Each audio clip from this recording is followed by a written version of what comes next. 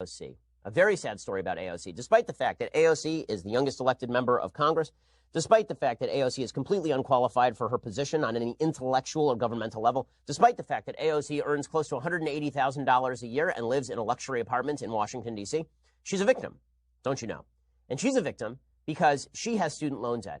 Ooh, just like a lot of people, she has student loan debt. And this means that she has been victimized by the system. The system's bad. How do we know the system is bad? Listen to her case for why the system is bad. And let's see if you can spot the logical flaw in what she's saying. I will be completely honest. I will disclose my personal stake in this fight because I have student loans too. And I think it's so funny. A year ago, I was waiting tables in a restaurant, and it was literally easier for me to become the youngest woman in American history elected to Congress than it is to pay off my student loan debt. Okay, she is so unbelievably whiny. I'm sorry, stop bitching for a second. I mean, stop complaining. Like, that's so unbelievably whiny. I have student loans at poor little me, and therefore bail me out. I mean, talk about a privileged mentality. I voluntarily took out student loan debt, and then I used my college degree to brag about how smart I am because I have a degree in international relations where apparently I learned things like Jeremy Corbyn is wonderful and we have concentration camps on the border. And also I have a minor in economics where I learned things like capitalism is very bad and also it's some sort of oppression to grow certain types of vegetables in Brooklyn or something.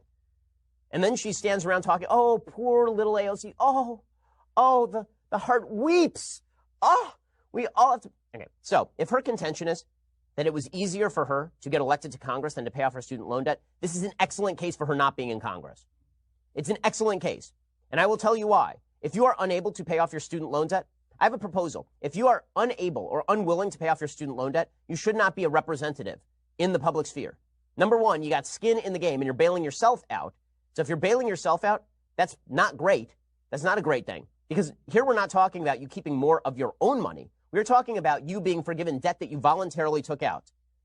She's basically Michael Scott in The Office, running out in public shouting, I declare bankruptcy. It's ridiculous. Like, if you can't pay for your student loan debt, don't take it out. And also, your voters should know that, like, really, if it was easier for you to be elected to Congress than to pay off your student loan debt, that doesn't say a lot about you. Maybe you should have worked on paying off your student loan debt like a responsible human being. By the way, how much of that $175,000 to be in Congress, which is basically a part-time job, doesn't sound bad to me. Seems like you could pay your student loan debt off right now instead of asking me to pay off your student loan debt, lady. Really ridiculous. Okay, and then finally we have Ilhan Omar.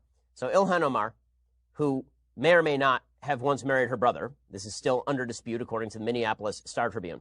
She says that, don't worry, guys, don't worry. Student loan debt, this isn't to give away to the rich.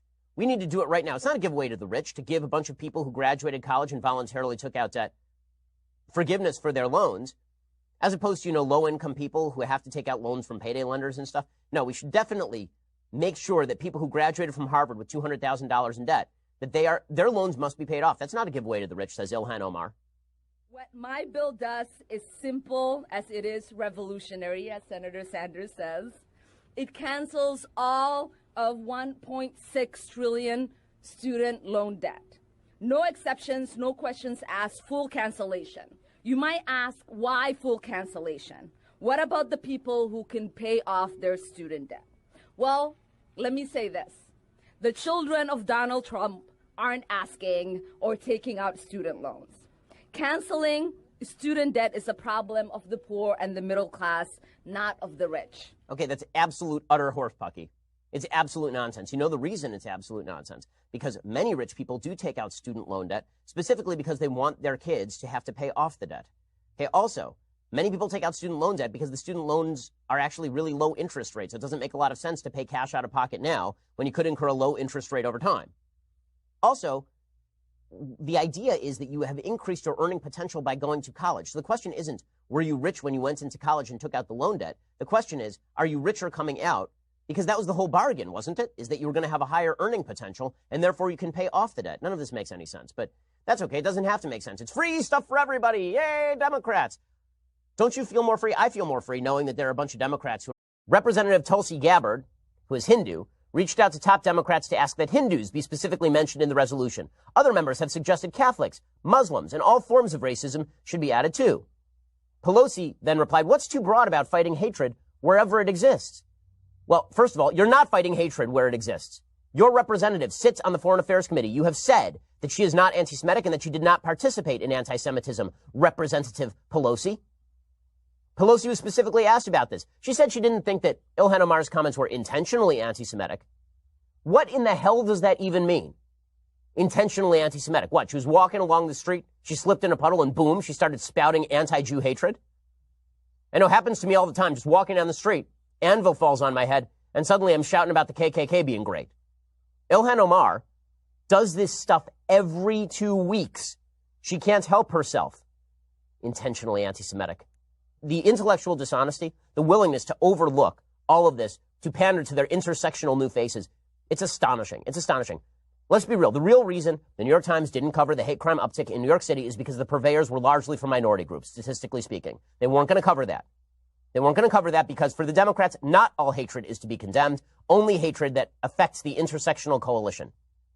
Only hatred that helps them coalesce their various bands of supposedly dispossessed victim groups.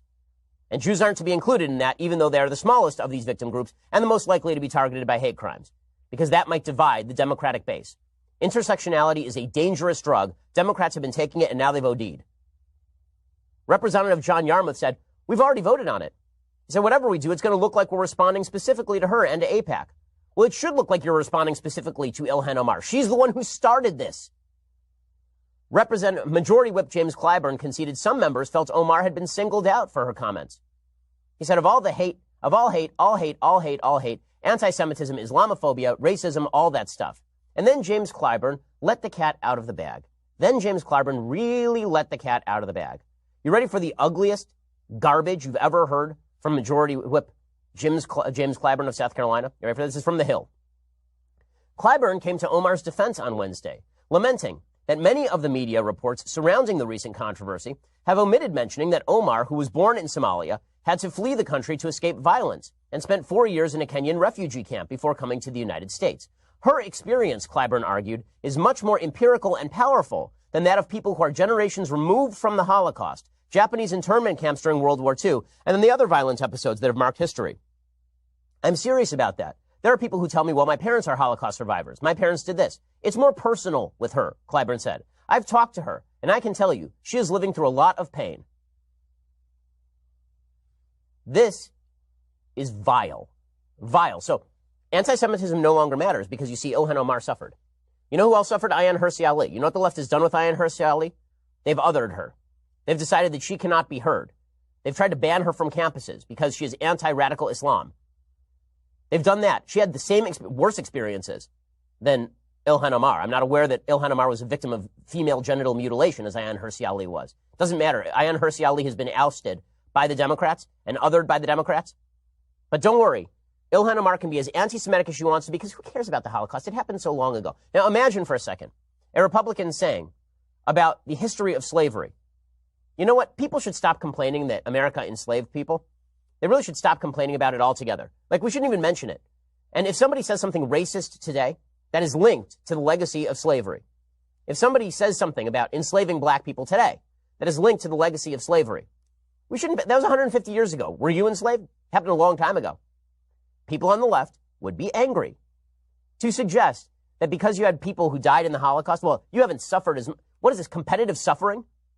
This isn't about who has suffered more. This is about a person expressing open Jew hatred and James Clyburn making excuses for it because he wants to kiss Ilhan Omar's ass. This same Ilhan Omar is now saying that Israel should be boycotted because it is like Nazi Germany. And Nancy Pelosi is nowhere to be found. So this resolution compares Israel not only to Nazi Germany, but also to the Soviet Empire, to the Soviet Union, and also to, as I say, the Japanese Empire from 1937 to 1938, when the Japanese Imperial Army was busy conquering foreign lands and subjecting its population to supreme human rights depredations, including mass murder and mass rape. It's unbelievable. And Nancy Pelosi, of course, has nothing to say about it. There's your truth to power. Here's Ilhan Omar yesterday comparing BDS to the Tea Party. We must support efforts to end the occupation and achieve two-state solution. I believe firmly that the path to peace does not lie in a violent means. This week, I introduced a resolution with civil rights leader, our colleague, John Lewis, and Rashida Tlaib, who know the importance of nonviolence movements. It recognizes the proud history of boycott movements in this country dating back to the Boston Tea Party. We should honor these movements and that history. And then, of course, over this weekend, she proclaimed that Hamas was a nonviolent group, effectively. She said that Israel was fighting nonviolent resistors, you know, like the terrorist group Hamas that is firing rockets into the center of Israel. Again, not a word from Nancy Pelosi, so no truth to power from Nancy Pelosi. No shock there. And, of course, the Justice Democrats are promoting this. The Squad is promoting it. Their first initiative in the aftermath of this whole Trump is a bigot fight, their first move is to sponsor a bigoted resolution that Nancy Pelosi herself suggested was anti-Semitic, and Pelosi is nowhere to be found. Is it any wonder that folks think that Omar and Tlaib and AOC and Ayanna Pressley are running the show over there in the Democratic House? Is that any wonder? Because it appears they are. Nancy Pelosi's got nothing to say about this, and neither do the Democrats. Have you heard a single Democrat, mainstream Democrat, comment on Ilhan Omar? Anyone? You can't even get a mainstream Democrat to comment on an actual terror attack on an ICE facility by Antifa, let alone criticizing Ilhan Omar for her bigotry and anti-Semitism. None of them are going to do that. Now, here's the thing. There are Democrats who know that this is bad stuff, obviously. They're just being shunted off to the side. So Jake Tapper on CNN reported yesterday that Democrats are feeling squeezed by the fact that Ilhan Omar and the Squad are being given this much prominence because they're too radical, because they engage in overt bigotry on a fairly regular basis. And there are Democrats in the House going, what is all of this? I have been spending the day talking to a lot of Democratic House members. They are very frustrated with the Squad. They are very frustrated with them for any number of reasons. You heard in the introduction one House Democrat saying we need to be talking about bread and butter issues, not the president's tweets. But others say they don't want to be in the position of defending things that they disagree with from, say, Congresswoman Ilhan Omar. Right. I mean, this is exactly what this is the position that the president and the Republican Party, who has backed him up on this, has forced Democrats into. They are painting the entire Democratic Party with the same brush. Okay, so again, the moderate Democrats are feeling that they are being forced to embrace the radicalism of Ilhan Omar. So by yesterday, we are back to Ilhan Omar being so radical that there's an infight inside the Democratic Party. And President Trump seems as though he has moved away from his ugly statements of earlier this week about everybody going back to their home countries and that nastiness. It seems like he has moved beyond that, and he has shifted his argument to instead, if you don't love the country, you can leave it, which is hackneyed and old and it's an emotional argument, but at least is not, that is voluntary. You can leave if you want, right? That's an emotional appeal. That is not send her back, right? That is not go back to your home country, get out, right? That's not the same argument quite, right? So he had shifted that argument, and he was spending his day attacking Ilhan Omar for her record. And he basically to white Republican congressmen, or would it be how mean Israel is to these people in not allowing them to come? We all know the answer to this.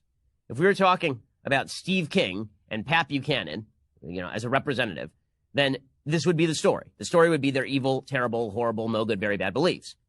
However, make these members of Congress females of color who are Muslim, and suddenly the math completely shifts, and we are not allowed to talk about any of this. There is no mainstream media coverage of any of these things. And if there is mainstream media coverage, it's about how audacious these women are, how they are raising issues that haven't been thought of before. Issues like whether Jews drink Christian blood. I mean, that is literally what the group that was sponsoring their trip has put on their website. This is where the Democrats are. They will defend anything that these women do. And they will do so if it means justifying full-on terrorism and anti-Semitism. This became fairly clear yesterday when Rich Lowry of National Review was on CNN with Peter Beinart, Representative Hamas, on CNN. So Peter Beinart writes for a bunch of publications, including The New Republic and The Nation. Peter Beinart has always been a representative of the pro-Hamas position in the Israel-Hamas, Israel-Palestinian debate. He has never seen an action by Israel that he finds appropriate.